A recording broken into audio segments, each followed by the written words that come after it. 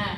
Di sini saya akan menjelaskan terkait materi sistem koloid, pengertian, komponen dan jenis-jenis sistem koloid pada kelas 11 SMA.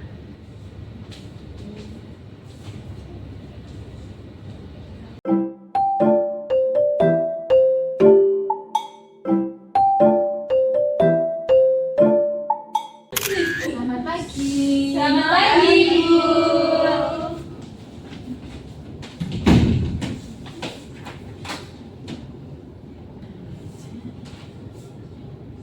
Oke, assalamualaikum warahmatullahi wabarakatuh. Waalaikumsalam warahmatullahi wabarakatuh. Gimana semuanya hari ini? Kabarnya sehat? Sehat. Baik Ibu, izin absen terlebih dahulu ya. Baik, Ibu. Salsa, Hadir, Bu. Alia, Hadir. Novita, Hadir. Gendis, Hadir. Agnia, Hadir. Okta, Hadir. Febiana, Hadir. Lea. Hadir, Bu. Yang nggak masuk ini gitu sih ya tadi ya? Iya. Oke ya, semoga cepat sembuh ya. Amin.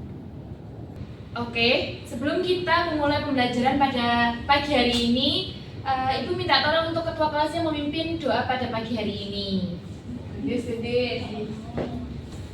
tempat duduk siap gerak sesuai kepercayaan masing-masing, berdoa mulai.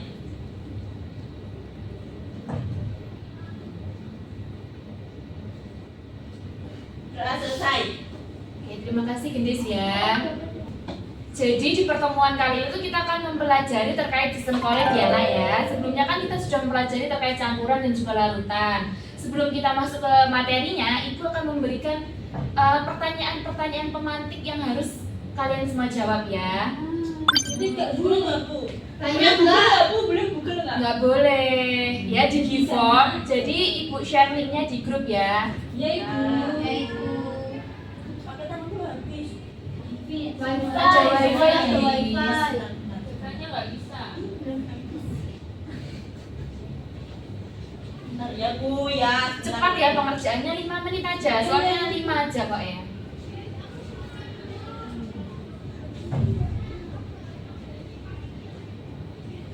Susah loh, Bu.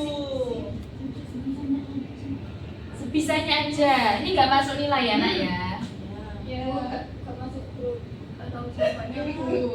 Caca nomornya baru soalnya, Bu. Iya, Caca. Oh iya, saya kirim ke Caca dulu ya. Saya kirim aja, Bu, ke Caca. Bukan Ibu belum punya nomornya Caca. Makasih ya Gendis ya. Oh iya, Ibu belum punya.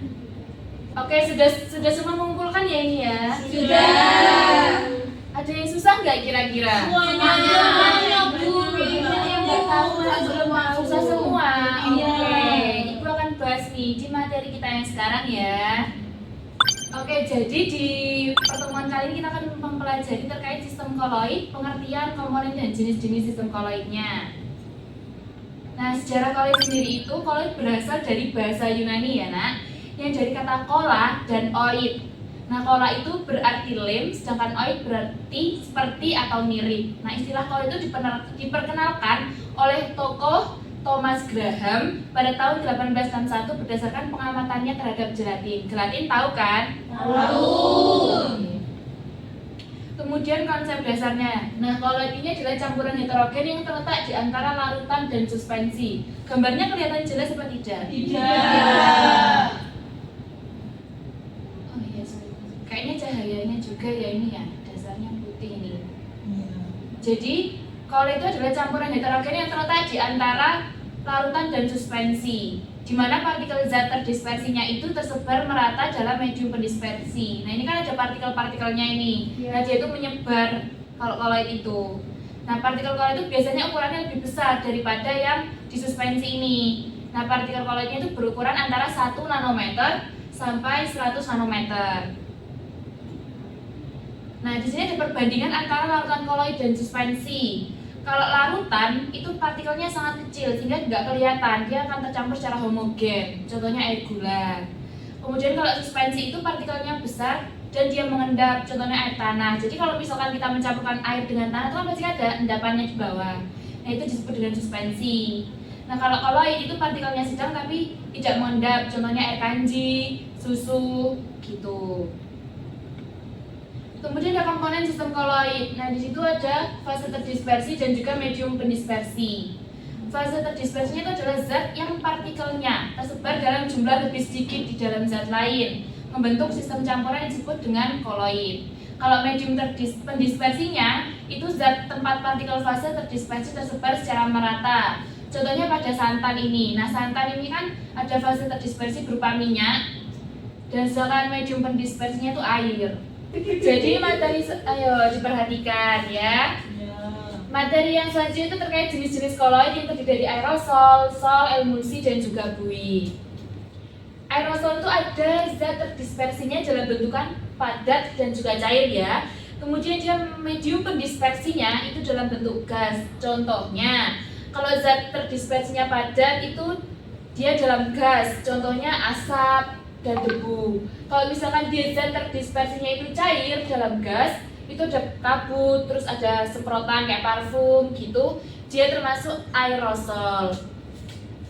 Seperti yang dijelaskan tadi, ada aerosol padat dan juga cair. Contohnya kayak asap dan debu, kemudian ada awan, kabut, dan lain sebagainya.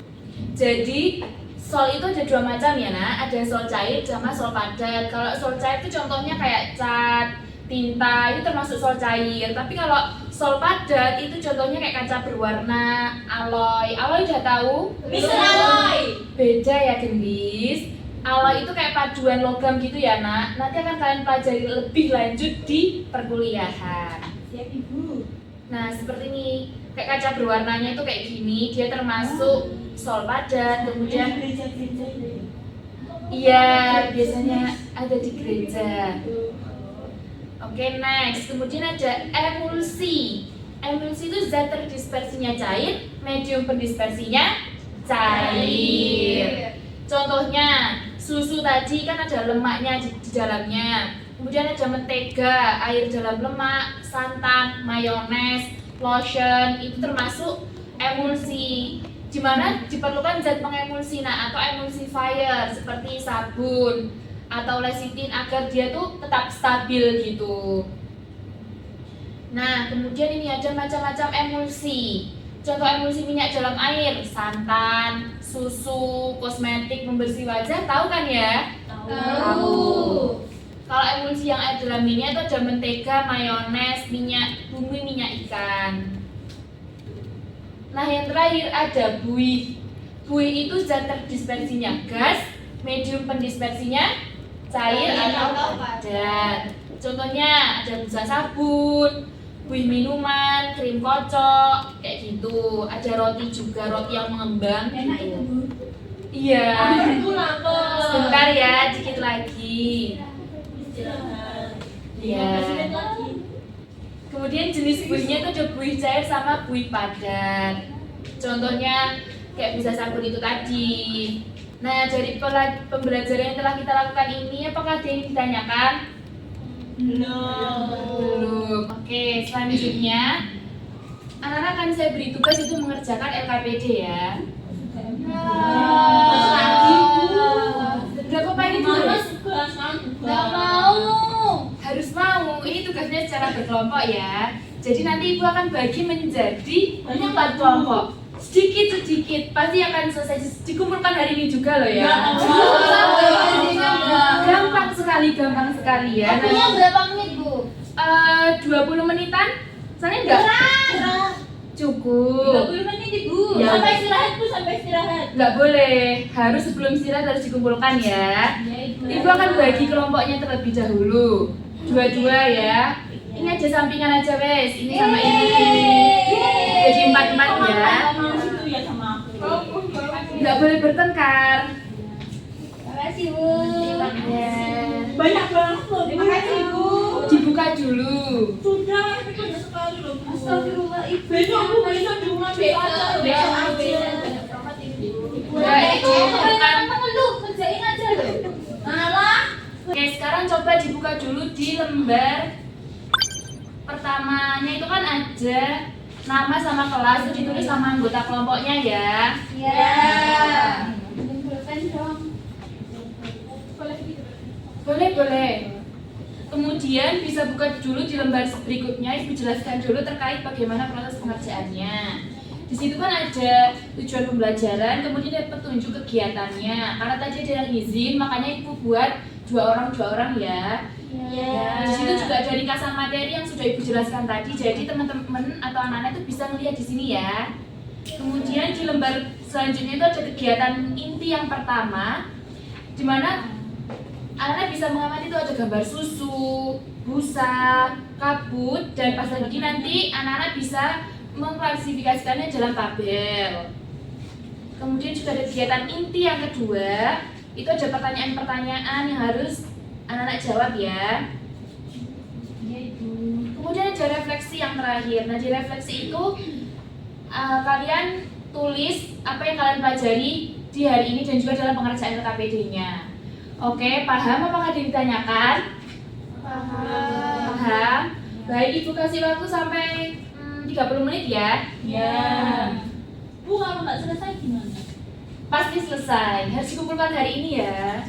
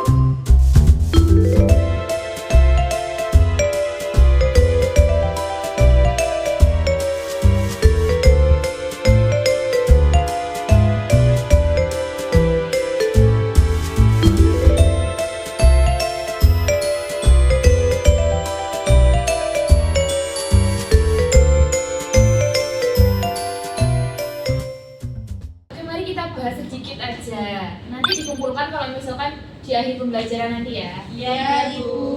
Oke, coba dibuka lembar yang kegiatan inti pertama. Sudah? Sudah. Di situ kan ada gambar susu, kabut, busa dan juga pasta gigi. Nah, kalian tuh kan disuruh mengklasifikasikan nih jenis koloid dari gambar-gambar tersebut. Kira-kira jenis koloid dari susu itu termasuk koloid apa ya? Emulsi kain. Terus dia itu medium pendispersinya apa? air. Oke, sip.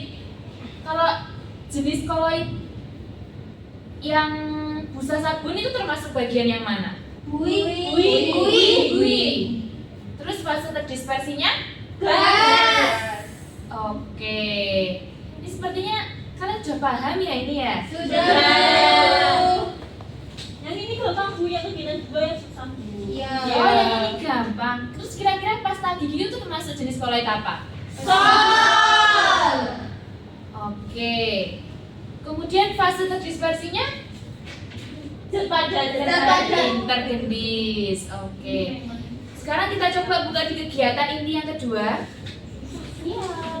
Masa susah toh? Penjelasannya bingung, Bu. Ya, alasannya apa ya, Bu? Oke, kita bahas dulu. Kira-kira dari contoh campuran yang susu dan air itu termasuk koloid atau bukan? Koloid. Kemudian alasannya kenapa? Coba kelompoknya Nia, kenapa kok dia termasuk koloid? Karena tidak mengendap, Bu. Tapi dia juga tidak larutan. Oke, betul. Coba bisa Ibu kasih penjelasan lebih lengkap ya. Siap, Ibu. Jadi susu dan air itu termasuk dalam koloid karena susu itu mengandung butiran lemak yang berukuran kolot yang tidak larut dan menghamburkan cahaya sehingga campurannya itu tetap keruh. Jadi dia termasuk dalam koloid ya. Kemudian kalau yang pasir dan air? Bukan. Kenapa kok bukan? Coba kelompoknya salsa. Karena dia itu tidak homogen, terus dia itu mengendap, Bu. Meskipun kita aduk-aduk, dia itu tetap mengendap di bawah. Jadi dia masuknya tuh ke suspensi. Sip, pinter sekali ya. Oke, satu yang terakhir, busa sabun. Kira-kira apa busa sabun itu? Koloid. Kenapa kok koloid? Karena Ayo siapa yang bisa jawab angkat tangan? Nama buih adalah koloid. Iya, kenapa? Penjelasannya kenapa? Iya, coba salsa. karena ada gas di dalam cairannya gitu, Bu. Jadi kayak gitu. Gelembung-gelembung kecil gitu ya. Oke. Nah, sepertinya ini dari anak-anak sudah paham deh ya materi sistem-sistem koloid dari jenis-jenisnya, konsep dasarnya itu sudah paham ya. Sudah. Terus dari pembelajaran yang dilakukan tadi apakah ada kesusahan? Coba di refleksinya dibuka. Yang susah yang bagian mana? Yang susah itu kayak mengingat-ingatnya, dia itu kayak jenis koloid apa, aerosol, sol, atau buih, atau emulsi gitu, Bu. Jadi kita masih perlu hafalan. Oke, nanti Ibu akan share ya materinya, jadi anak-anak bisa mempelajarinya di rumah gitu ya. Kalau misalkan ada kesusahan, bisa langsung tanya di grup aja, nanti Ibu yang jawab. Iya, Bu. Terima kasih. Oke, tadi kan kalian sudah mengerjakan LKPD-nya ya. Iya, Bu. Terus kalian juga sudah mengisi refleksi yang kalian alami setelah melakukan pembelajaran di hari ini. Tadi kita sudah mempelajari apa aja nih, kalau boleh tahu? Siapa yang masih ingat? Ayo. Pengertian Pengertian koloid,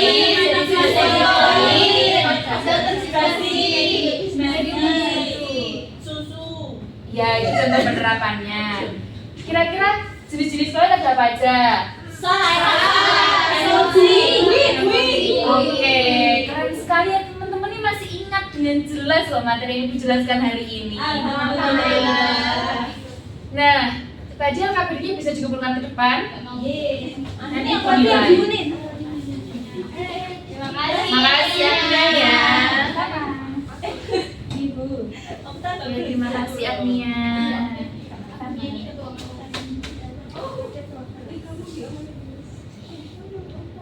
Oke, jadi pembelajaran hari ini tuh sudah selesai ya teman-teman. Terima kasih telah mengikuti pembelajaran Ibu dengan sangat baik dan juga interaktif sekali. Jadi Ibu jelaskan sedikit untuk minggu depan. Kita akan mempelajari terkait sifat-sifat sistem koloid dan juga karakteristik liofil dan juga liofob. Jadi teman-teman bisa mempelajari terlebih dahulu ya nanti. Dibaca dulu, nanti Ibu kasih bahan ajarnya. Siap, Ibu. Iya, Bu. Oke, terima kasih anak-anak. Ibu akhiri. Wassalamualaikum warahmatullahi wabarakatuh. Waalaikumsalam warahmatullahi wabarakatuh. Terima kasih, Bu.